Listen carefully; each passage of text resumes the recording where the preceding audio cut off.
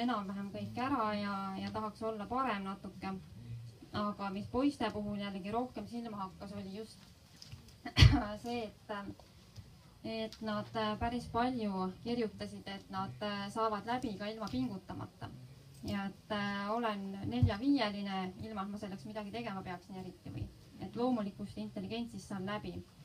Ja siis, et kas siis, et on head hinded või siis, et kuidagi saan ikka läbi, kuigi ma üldse ei pinguta, kodus ei õpi.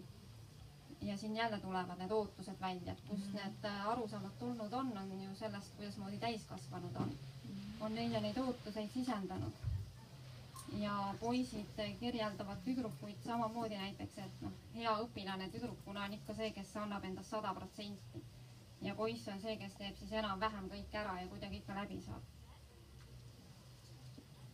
Nii et jah, see standard oli selline väga kitsas ja ühetaoline.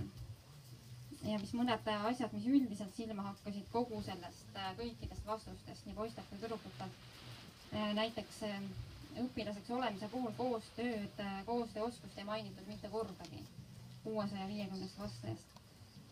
Loomingulisust kui vajalikku omadust õpilasele mainiti 2 korda. Ja siis igasugust sellist õppeedukust, hindeid ja koolipoolsete reeglite täitmist, see on siis põhiliselt, et kohal olemine, ärategemine, tunnis kaasa tegemine. Selliseid omadusi mainiti 1775 korda. Nii et see vahe on ikka tohutu siin.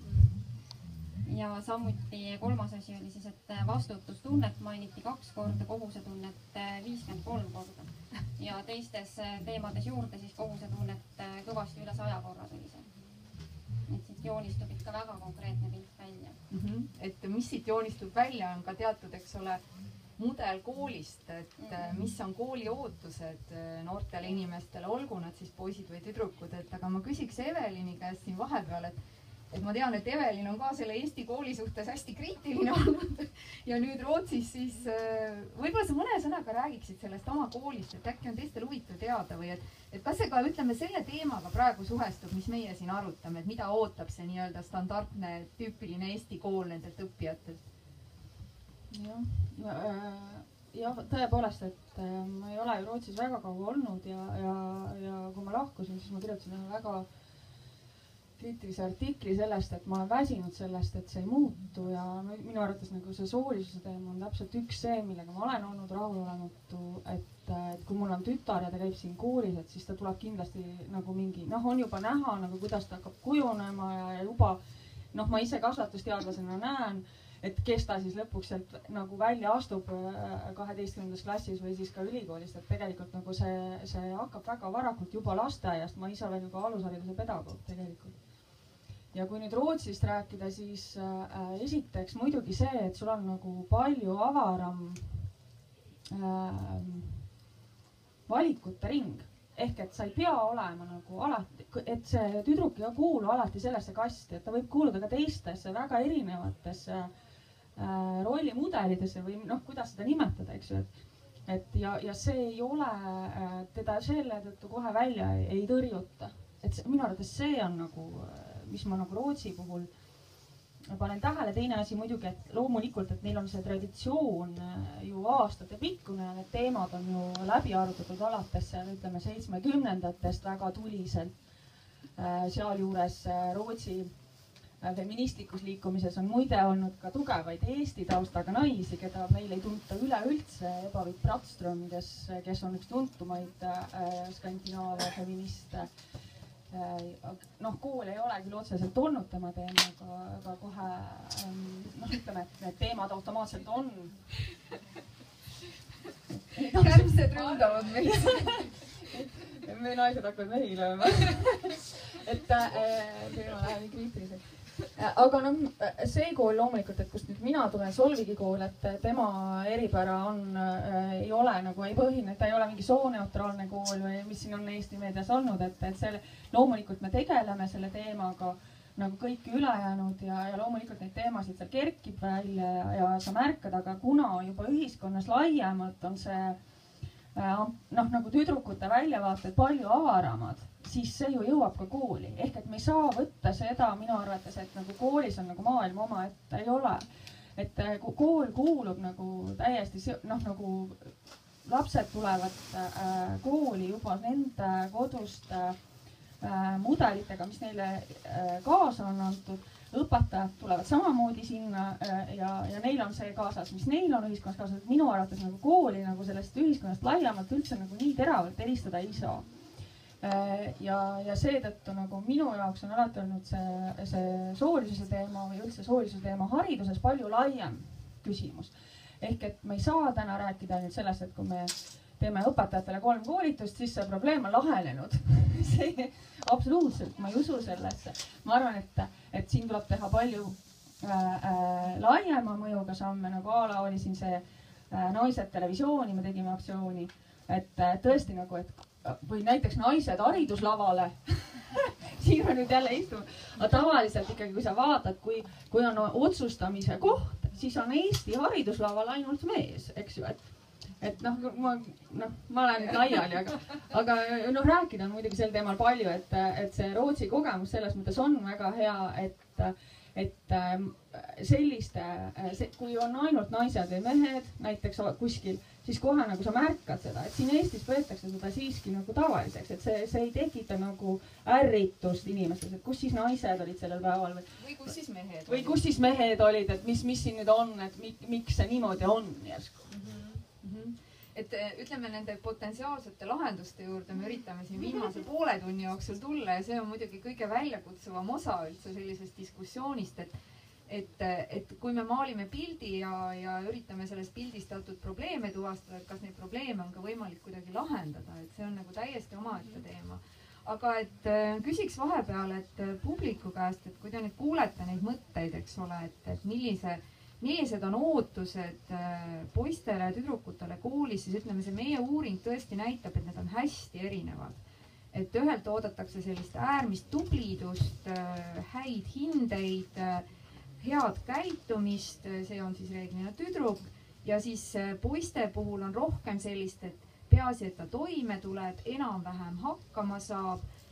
Seda nii, ütleme, koolipoolsetes ootustes, kui siis ka need kanduvad, eks ole, poistesse endasse ja nad nii-öelda võtavadki selle omaks, et see on okei, et ma ei peagi nagu väga pingutama, et saan ka ilma hakkama.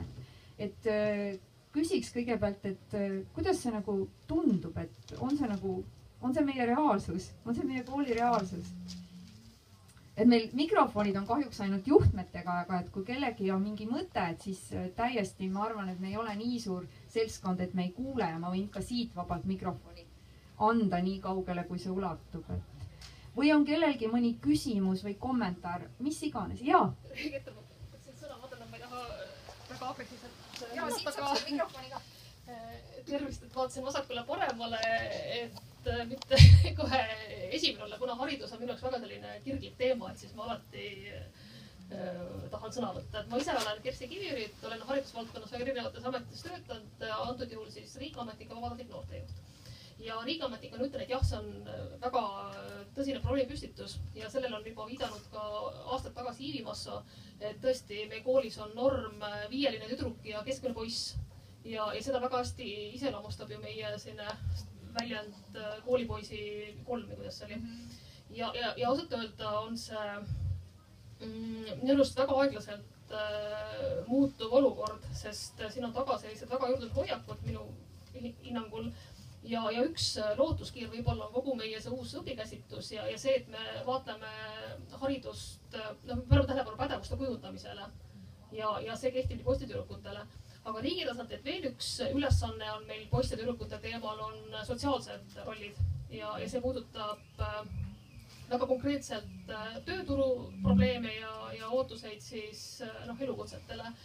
Ja siin on lihtsamad lahendused, et see puudutab sama tehnoloogia, käsitööd ja seda, et tõesti riigi poolt me saame korraldada, et vähemalt selles valdkonnas meil kiiremad muutused oleksid. Aitäh!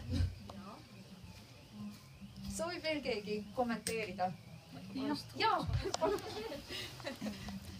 Tere, olen Astrid Sirnik, Eesti Õpetajate Liidu juhatuse liige ja mina tooksin siiski kodurolli siia juurde. sellepärast, et paljud need hoiakud on ikkagi kodunt kaasas. Et kui tihti on kool on oma eesmärkides uuendusmeelne ja püüab siis nagu midagi muuta, et siis tulevad hoopiski see negatiivne tagasiside tuleb kodunt, et kogu aeg on sedasi olnud ja nüüd te kasvatate meie lapsi järsku teistmoodi, et äkki see ei ole päris õige, nii nagu teie kasvatate. Et kui me räägime siin muutuvast õpikäsitlusest, siis tegelikult me peame alustama lapsevanematest, et nad oleksid nõus, et nende õpilasi või nende lapsi teistmoodi kasvatatakse. Sest kui lapsevanem ei tule kaasa, siis me võime seal koolis mida iganes teha, aga kui kodus on ikkagi kahtlus, et mismoodi siis, et täna siis nagu ei kirjutanudki kogu tunni ja õpetaja ei rääkinudki kogu tunni või see on midagi kahtlane, et see ei ole päris õige õpetamine ilmselt. Äkki vaatame teise kooli. Aitäh. Ma ütlen vahepeal, et need, kes on tulnud, et meil siin telgi taga on toole, et me võime vabalt võtta 1 minuti, et kui te tahate võtke. Seal on olemas. Okei, vabandust, ma ei näinud. Jaa. Mul oleks kaks küsimust. Mina olen Maria, oli kasvatusmaalaste doktorant ja olen õpetaja olnud, et mind huvitab, aga kas on võimalik, et poisid ei vastanud täiesti ausalt, kuna nende soostereotüüp näeb ju ka ette, et nad ei tohi kunagi nagu öelda, et nad tegelikult pingutavad või vaeva näevad millegi nimel, vaid nagu poisil peabki kõik tulema iseenesest. Tiiu vastab. Siin on üks niisugune moment, et poisi selline kuvand, nagu siin äsja tutvustati, on mõnevõrra saanud sotsiaalseks normiks. Ja siin taga on ka rahvusvahelised uuringud seda tõestanud ja lausa on uuring tehtud, et poisid, kellel on intellektuaalsed huvid ja kellele meeldib õppimine ja kirjasõna, nad maskeerivad seda huvi ja nad püüavad näida teistsugustena, et mitte saada välja heidetud kaaslaste hulgast. See on nüüd mujal tehtud uuring, aga pole ka alust kahtlust.